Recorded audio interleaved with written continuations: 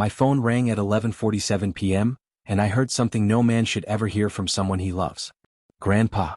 Her voice cracked. "They locked me in the basement. Said I'm not leaving till morning." I froze. Then a second voice took the phone, smug, slurred, young. "Relax, old man. She's keeping us entertained. Stay home." They hung up. "Hi everyone, my name is Colt Maddox, and what those boys didn't know is that I'm not just some tired grandpa in a recliner. I'm a retired U.S. Special Forces commander with a memory like steel and a quiet temper that never announces itself. I don't do drama. I do results." By 12:30, 3 men were in my truck. Brothers from my old unit. No questions asked. We moved like ghosts. The house was lit up, music still playing. Upstairs they laughed. Downstairs she was locked behind a bolted door like some sick joke. No shouting. No kicking down doors. We got in. Controlled the space. 6 of them. All under 20. Zero resistance. Each one zip-tied on the floor, still trying to figure out if it was real. And then, the basement door creaked open. My granddaughter walked out on her own.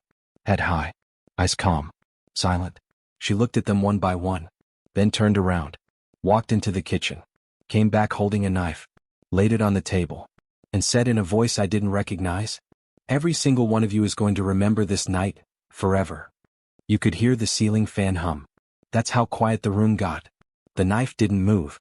It just sat there on the table, gleaming under the kitchen light like a dare. My granddaughter didn't yell.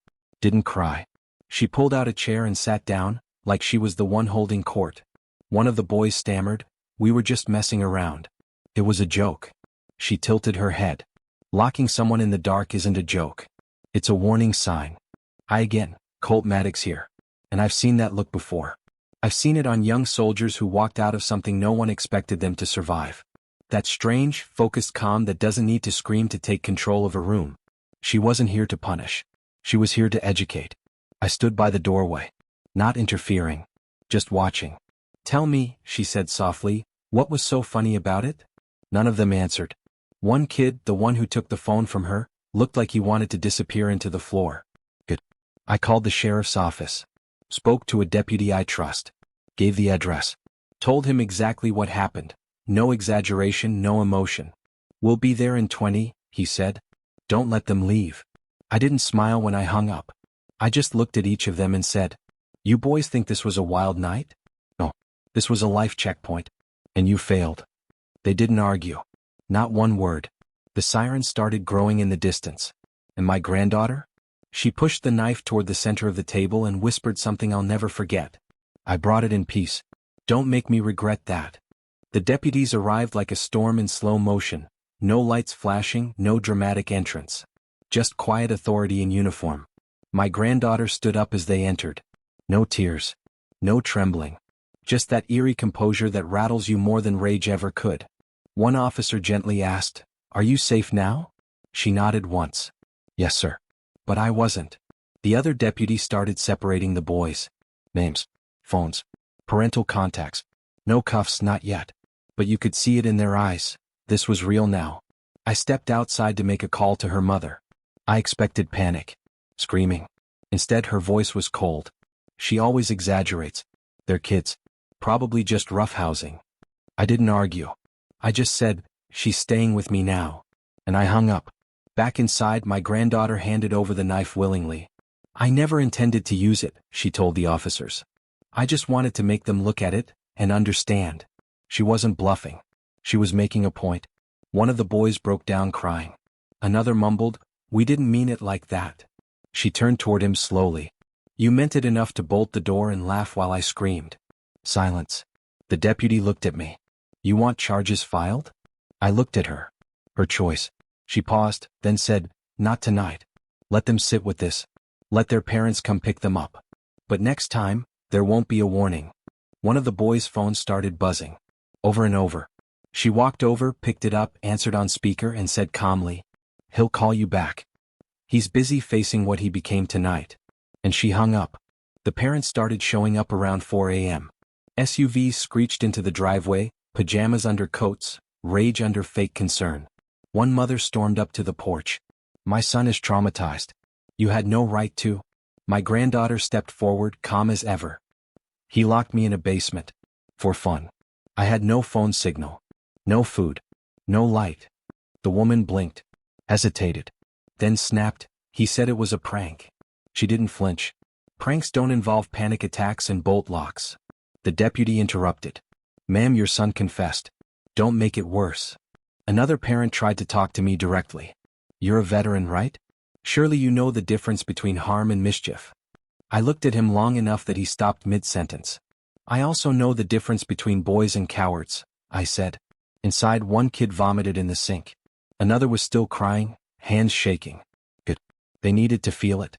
Every inch of it. At sunrise, the deputies gave their final report. We'll file a full statement. You can press charges later if you want. But tonight, they walk out with marks on their records. It's not erased. As they left, my granddaughter turned to me and said, "They'll forget this by Monday." I shook my head. Not if we finish what we started. She raised an eyebrow. I walked to my truck, popped the glove box, pulled out a small leather notebook. She asked, "What's that?" I handed it to her. Names, contacts. Every man I ever trained who now works in schools, justice reform, or youth rehabilitation. If they're serious about changing, they're going to earn it. She flipped it open, smiled for the first time all night. Let's make them remember. By morning, the media had already sniffed out a story. Not the full truth. Just enough headlines to twist the facts. Veteran invades teen party after basement prank. Girl's grandpa storms home with military backup. My phone rang nonstop. I turned them all off. But my granddaughter, she didn't flinch. She opened her laptop and started drafting a statement. Not for social media. For the school board, the police department, and every parent who called her overdramatic. I'm not telling a story, she said. I'm documenting an event. That's when I knew she was operating on another level. Meanwhile, 3 of the boys' parents filed complaints against me. Claimed I traumatized their sons by bringing soldiers into a private home. I didn't argue. I just faxed over the full police report. No weapons. No force. No damage. Just restraint. That afternoon, we received a visit from the superintendent. She was direct. Is it true you trained youth behavioral officers? I nodded. She asked to sit down with my granddaughter. What followed left me speechless. My girl recited every moment from that night.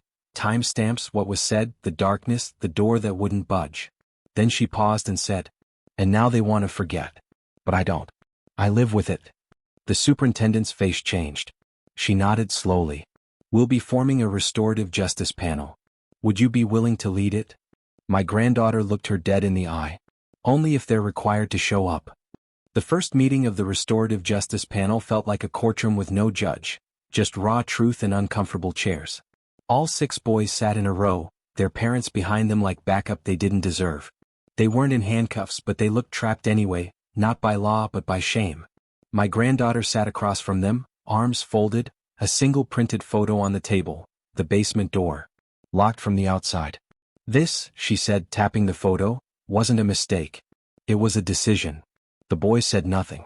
Then the one who made the call that night, the smug voice, broke the silence. I was drunk. I didn't think. She cut him off.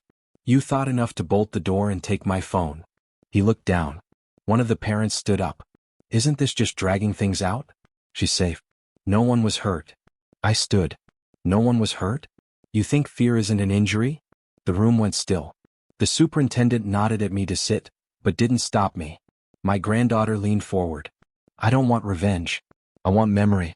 I want every one of you to remember what it felt like when the joke stopped being funny. The room remained silent for 5 full minutes. That silence was the consequence. When it ended, she slid a stack of printed packets forward, one for each of them. What's this? One asked. She replied without blinking. 12 weeks of volunteer work at youth shelters. 1 hour for every minute you left me in the dark. They stared at her. She stood. It's not optional. If you refuse, I'll go public, not with rage, with receipts. The parents looked at the superintendent. The superintendent said one word. Approved. Week 1 they showed up in hoodies and excuses. By week 4 they showed up early. Cleaning youth shelters. Running hotline calls. Taking intake logs from kids who looked just like my granddaughter, scared, ignored, silenced. They didn't speak much. They listened. And that, I realized, was the real punishment. Not humiliation, exposure to truth. My granddaughter didn't supervise them. She didn't need to. She spent her evenings helping the district draft new student protection policies. Quiet, focused, unreadable. When I asked why she wasn't angry anymore, she said something I'll never forget.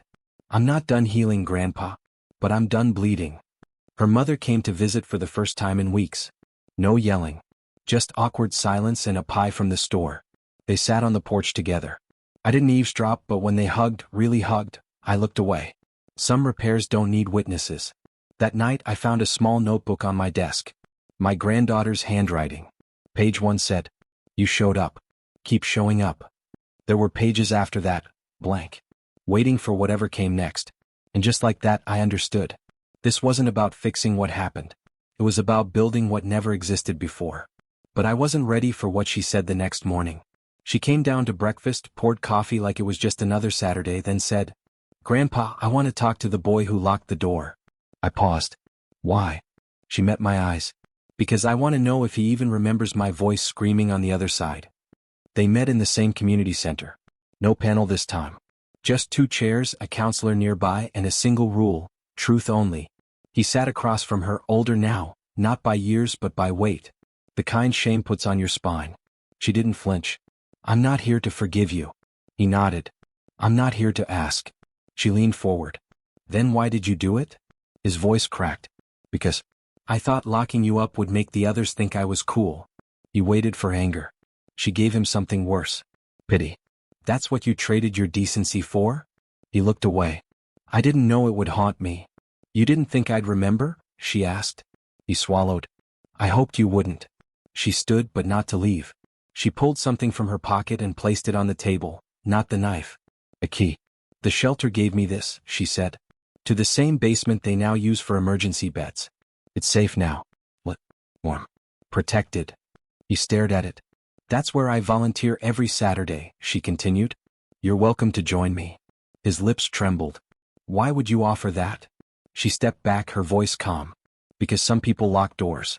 Others unlock them. I decided which one I want to be." I watched from the hallway as she walked out. She didn't look back. Later that night, she handed me her notebook again. The last page now had one sentence written in bold, clear handwriting. "I was never the victim. I was the verdict." And as I closed the book, I finally exhaled the breath I'd been holding since that first call. The darkness never stood a chance.